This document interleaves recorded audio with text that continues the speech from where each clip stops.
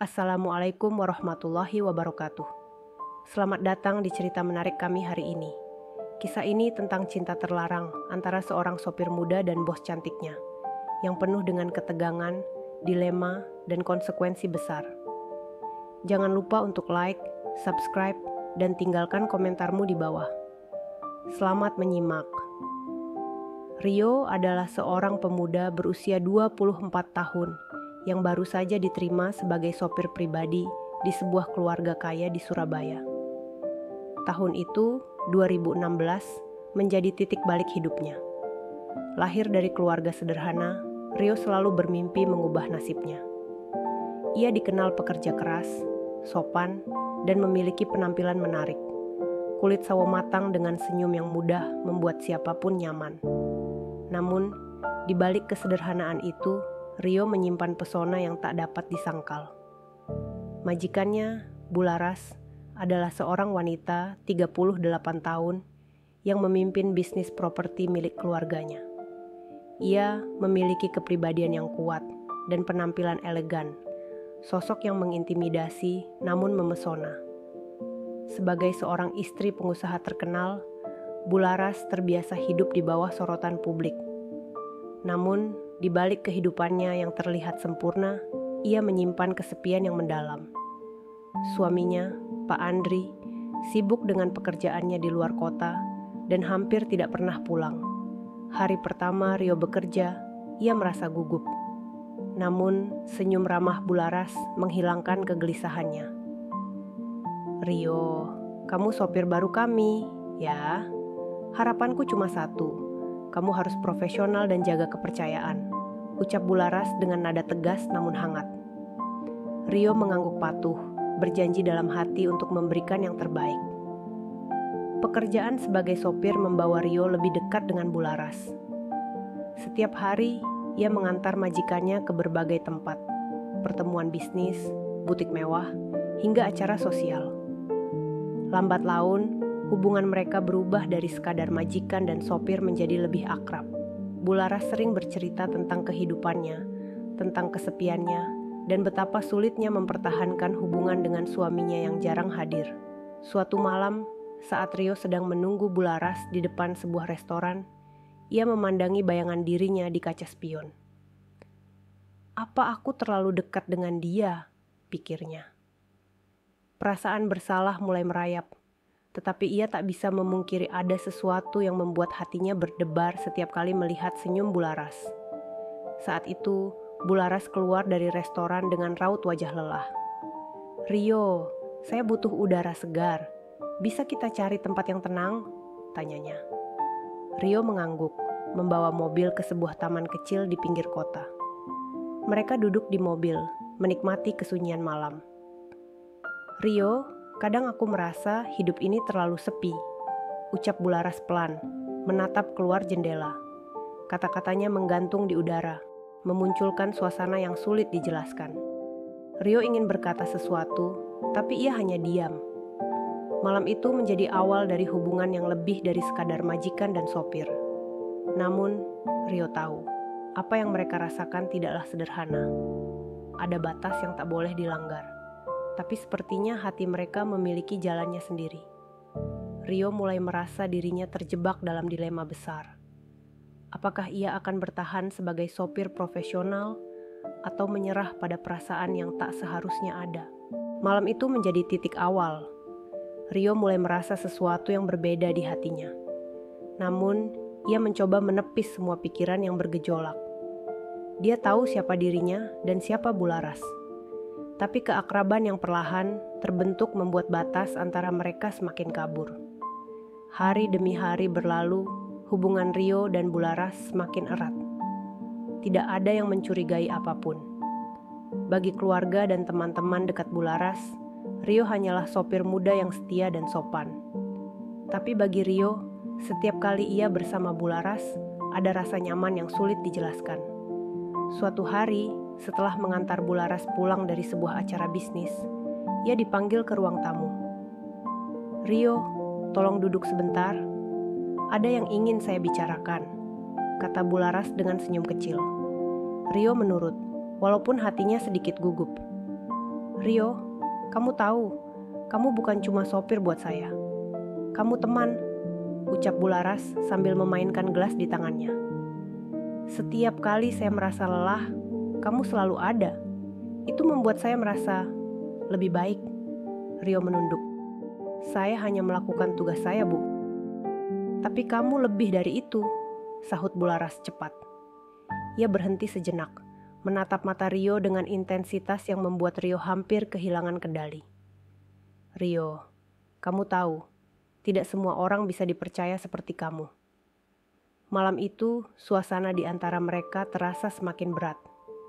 Bukan karena kata-kata Bularas, tetapi karena tatapan matanya yang seolah ingin mengatakan lebih banyak. Rio merasa dirinya semakin terperangkap.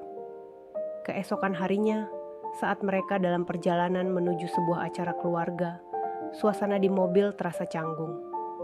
Biasanya Bularas akan memulai percakapan ringan, tapi kali ini ia hanya diam, tampak tenggelam dalam pikirannya.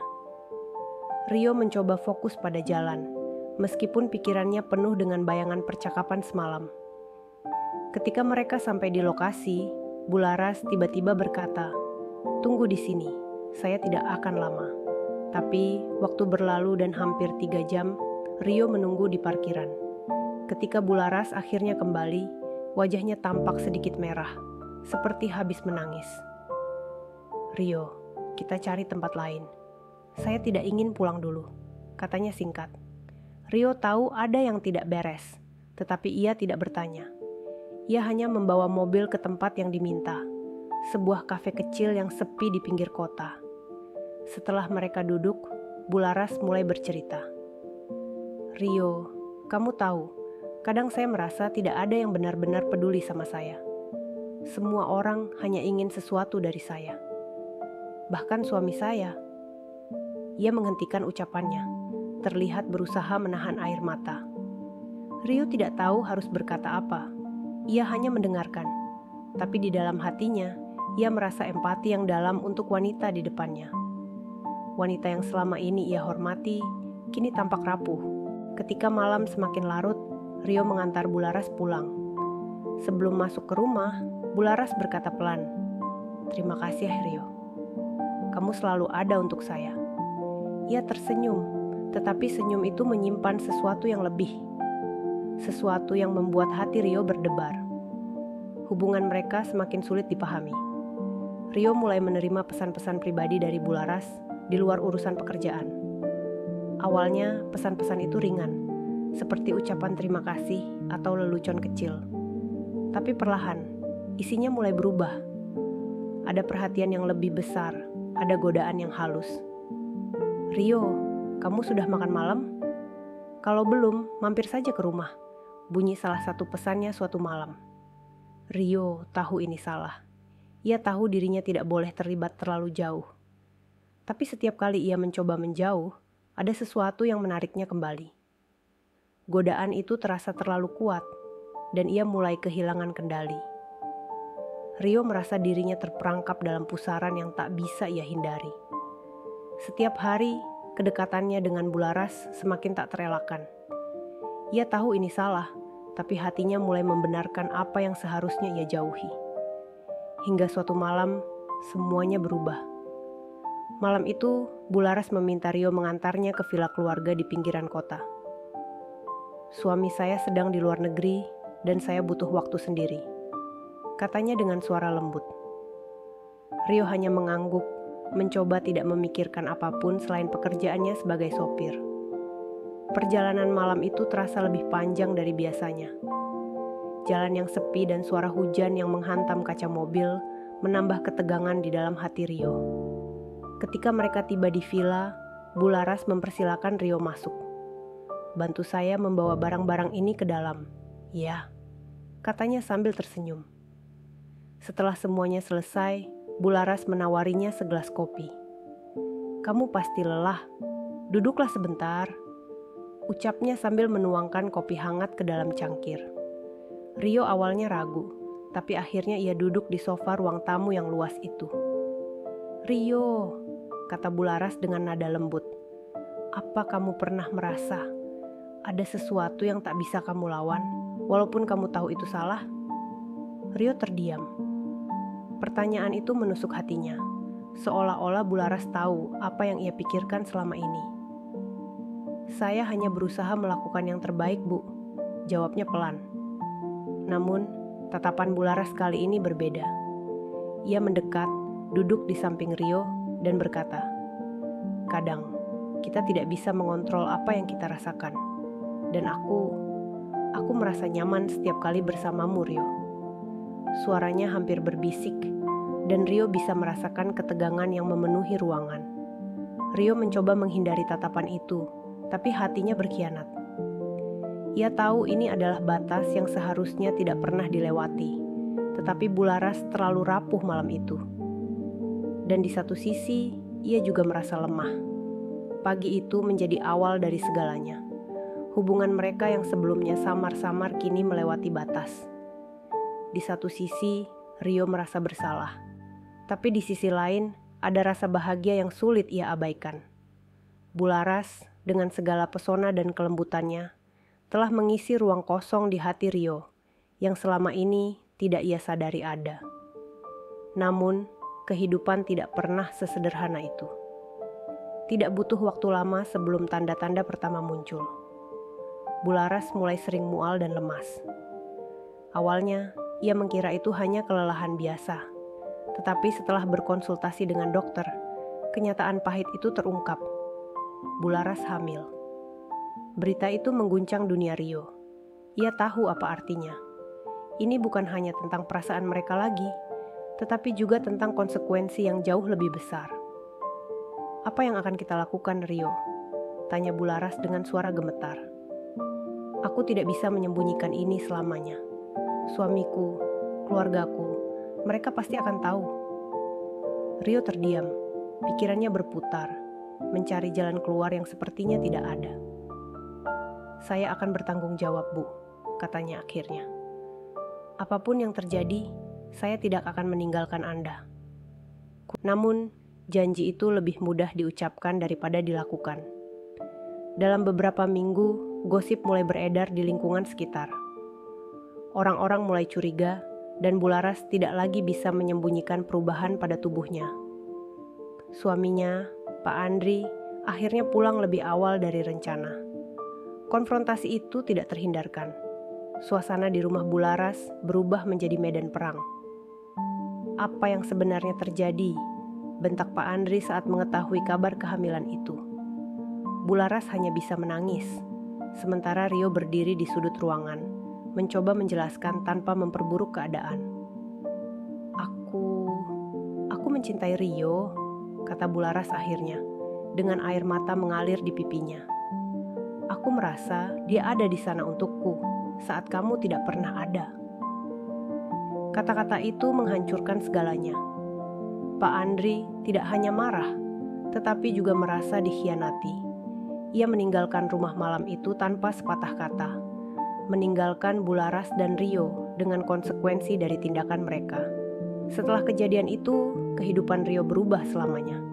Ia harus berhenti dari pekerjaannya dan meninggalkan kota untuk menghindari sorotan. Bularas memutuskan untuk tinggal di villa, jauh dari hiruk-pikuk masyarakat. Hubungan mereka menjadi sebuah rahasia yang hanya mereka berdua yang tahu, tetapi bayangan masa lalu selalu menghantui. Rio tahu, cinta mereka tidak akan pernah diterima oleh dunia.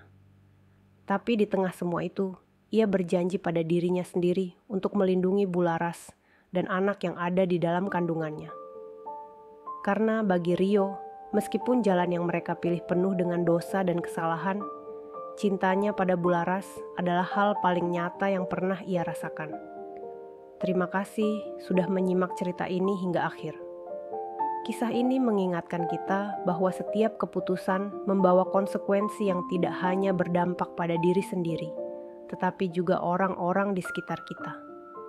Cinta, bagaimanapun bentuknya, harus dibarengi dengan tanggung jawab dan kejujuran. Jika kalian menikmati cerita ini, jangan lupa untuk like, subscribe, dan nyalakan lonceng notifikasi agar tidak ketinggalan kisah-kisah menarik lainnya. Tulis pendapat kalian di kolom komentar. Apakah kalian setuju dengan pilihan Rio dan Bularas? Atau bagaimana menurut kalian seharusnya mereka menyelesaikan konflik ini? Sampai jumpa di cerita selanjutnya. Assalamualaikum warahmatullahi wabarakatuh.